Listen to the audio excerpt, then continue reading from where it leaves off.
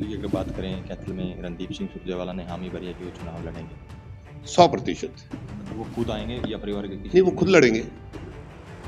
हमें हमारे परिवार को चौटाला परिवार नहीं बनाना है। परिवार से एक साथी लड़े, बहुत होता है। और आप देखेंगे जिस प्रकार से कर्नाटक के रिजल्ट आए हैं, उसी प्रकार से अगले आने वाले वर्ष में हरियाणा का भी यही होगा। मुझे तो ये नहीं समझ आ रहा कि बीजेपी का कैंडिडेट वोट किस मुंह से मांगने जाएगा लोगों से। नमस्कार, इस समय हम कांग्रेस के किसान भवन में मौजूद हैं और आपको बता दें कि जैसे ही कर्नाटक में कांग्रेस की सरकार आई तो पूरे हरियाणा की अगर बात करें तो कांग्रेस कार्यकर्ताओं में जोश है। आज हम पहुंचे हैं कैथल के कांग्रेस भवन में, जहां कांग्रेस के वरिष्ठ नेता सुदीप सुरजेवाला जी हमारे साथ मौजूद हैं।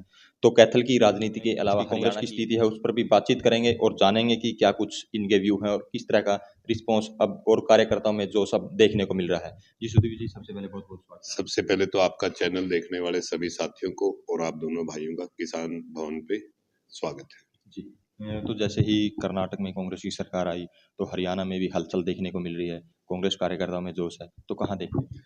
ये स्वाभाविक है जब आपका कोई नेता कई किसी बहुत दूर स्टेट में, इतनी बड़ी स्टेट में जाकर पिछले 1.5 वर्ष से अपने साथियों को छोड़ के वहां पर मेहनत कर रहा है और उसका पॉजिटिव रिजल्ट आए, जो पार्टी के लिए भी हमारे लिए भी बहुत उत्साहवर्धक था। तो साथियों में जोश का संचार होना स्वाभाविक है। जीत आपको हमेशा आगे बढ़ने का और हौसला देती है। और आप देखेंगे जिस प्रकार से कर्नाटक के रिजल्ट आए हैं, उसी प्रकार से अगले आने वाले वर्ष में हरियाणा का भी यही होगा। जी। तो कर्नाटक में अगर बात करें रणदीप सिंह सुरजेवाला की अहम भूमिका रही, तो कितना जो मानते हो कद बढ़ा है और हरियाणा में क्या कुछ बदलाव देखने को मिले? मेरा मानना ये है कि रणदीप सिंह सुरजेवाला जी अपनी मेहनत, कैथल के लोगों के आशीर्वाद से राजनीति में आज उस स्तर पर पहुंच गए हैं जहां कद बढ़ना या घटना कोई मायने नहीं रखता।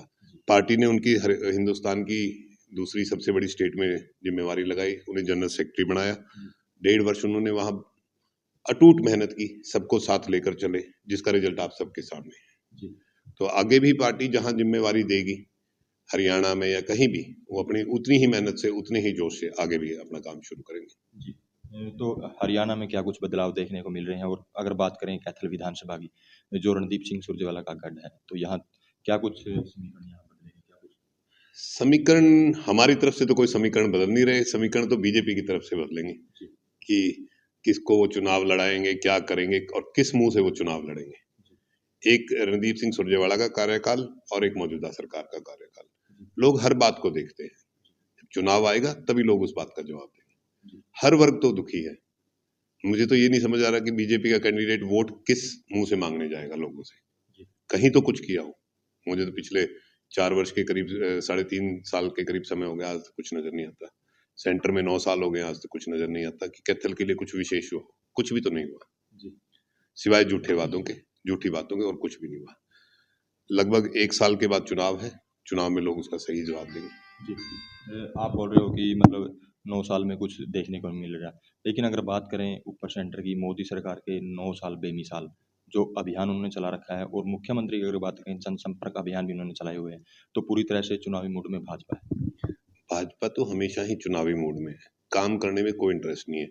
मुख्यमंत्री जी के जो जन संवाद प्रोग्राम चल रहे हैं, आप सभी साथी भी जानते हो किस प्रकार के प्रोग्राम है। मैं मेरे ही 300 साथियों को बुलाकर छंटे हुए सवाल देकर अगर जन संवाद कर रहा हूं, तो वो कहाँ का जन संवाद है। आप कितने शहरों में आप देख ली किस प्रकार से पुलिस ने या मुख्यमंत्री जी ने जवाब दिए हैं, या लोगों के साथ कितनी बेदर्दी से लाठीचार्ज किया, चाहे वो किसान हो, चाहे महिला सरपंच हो, चाहे कोई भी हो। आप राज्य के मुखिया हैं, जिस दिन आप मुख्यमंत्री बन जाते हैं उस दिन आप पूरे हरियाणा के मुख्यमंत्री हैं, ना कि बीजेपी के मुख्यमंत्री। लेकिन बड़े अफसोस की बात है, इतना सीनियर होने के बाद भी मनोहर लाल खट्टर जी का लोगों के प्रति बात करने का स्वभाव, लोगों के प्रति बिहेवियर कोई बहुत अच्छा नहीं है। ये मेरा कहना नहीं है, आप किसी भी आदमी से, चाहे राह चलते आप किसी साथी से भी पूछ ली, किसी भी पार्टी के साथी से पूछ लीजिए, इसका असली जवाब तो लोग चुनाव जब आएगा ना तब देंगे। अभी समय है, अभी उन्हें सब कुछ हरा हरा दिख रहा है, जब चुनाव आएगा तब लोग असली जवाब देंगे। तो कैथल की अगर बात करें, कैथल में रणदीप सिंह सुरजेवाला ने हामी भरी है कि वो चुनाव लड़ेंगे। 100%। ये एक पिछले 1 वर्ष से जब से उन्हें राज्यसभा में भेजा गया है, अचानक बहुत से आप जैसे साथियों का भी और हमारे खुद के समर्थकों का भी ये सवाल उठना शुरू होता है। आपको एक बात याद होगी कि 2019 में रणदीप सिंह सुरजेवाला जी जींद से चुनाव लड़े थे, बिना अपनी इच्छा के, बिना किसी कंसेंट के। पार्टी ने कहा कि आपको लड़ना है, वो लड़े। पार्टी माँ होती है, उसकी बात को ना नहीं की जाती। जब राज्यसभा की बात आई तो राहुल गांधी जी ने उनको पर्सनल कहा कि रणदीप, हमें राज्यसभा में आपकी जरूरत है, एक बोलने वाले अच्छा वक्ता की, एक अच्छे साथी की जरूरत है, आप आ जाइए।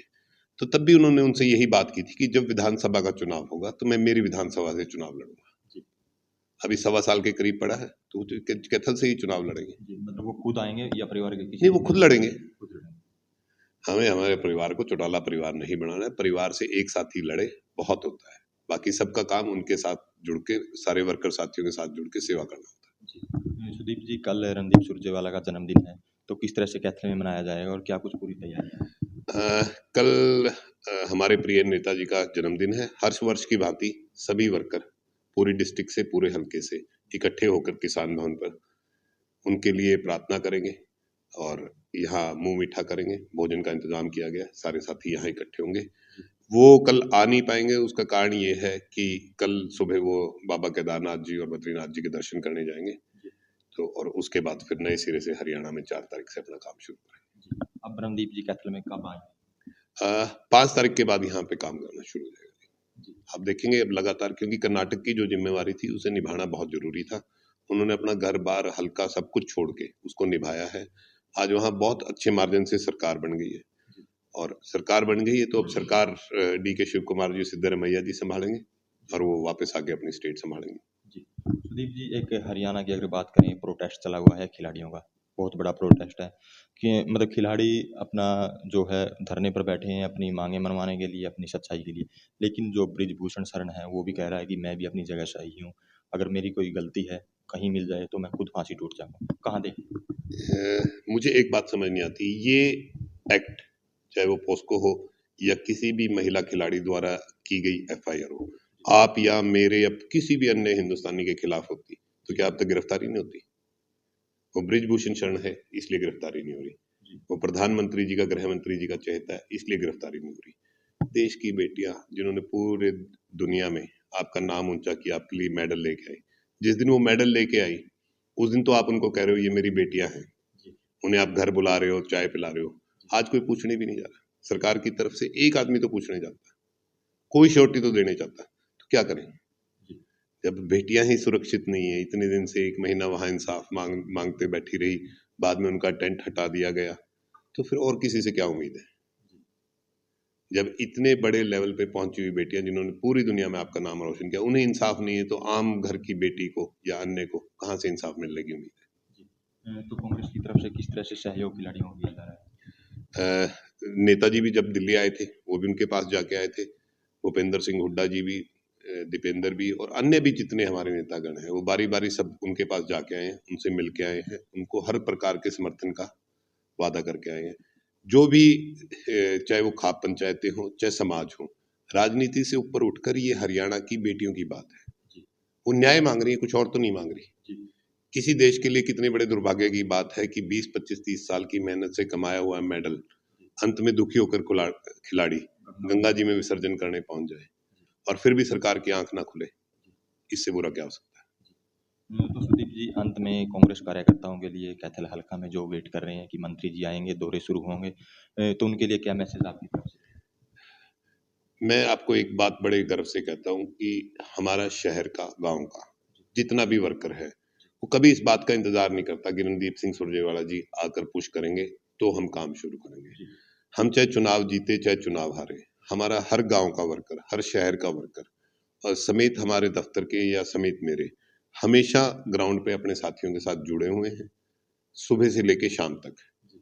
हम पार्ट टाइम के लिए काम नहीं करते कि सरकार आ गई तो ठीक है, नहीं आई तो घर रहो। सारे साथी बिना रणदीप सिंह सुरजेवाला जी के भी रणदीप बन के आज भी हल्के में काम कर रहे हैं। उनके आने से हमारे में एक नई ऊर्जा का संचार होता है। इस शुक्रवार शनिवार से दोबारा नए सिरे से अपना काम शुरू किया जाएगा, बाबा का आशीर्वाद लेके दोबारा नए सिरे से काम शुरू किया जाएगा, पूरे हल्के के, पूरे डिस्ट्रिक्ट के और हरियाणा में भी जहां जहां हमारे साथी है उन सब के लिए काम शुरू किया जाएगा। तो ये थे हमारे साथ कांग्रेस के वरिष्ठ नेता सुदीप सुरजेवाला, जिनसे हमने विभिन्न मुद्दों पर बातचीत भी की और किस तरह से इन्होंने बताया कि किस तरह से रणदीप सिंह सुरजेवाला, जैसे इन्होंने स्पष्ट कर दिया कि वो कैथल से चुनाव लड़ेंगे और जल्द ही एक कैथल के अलावा पूरे हरियाणा में भी बदलाव देखने को मिलेगा। तो इस वीडियो को ज़्यादा से ज़्यादा शेयर करें, लाइक करें, कमेंट करें, ताकि ज़्यादा से ज़्यादा लोगों तक ये मैसेज पहुँच सके।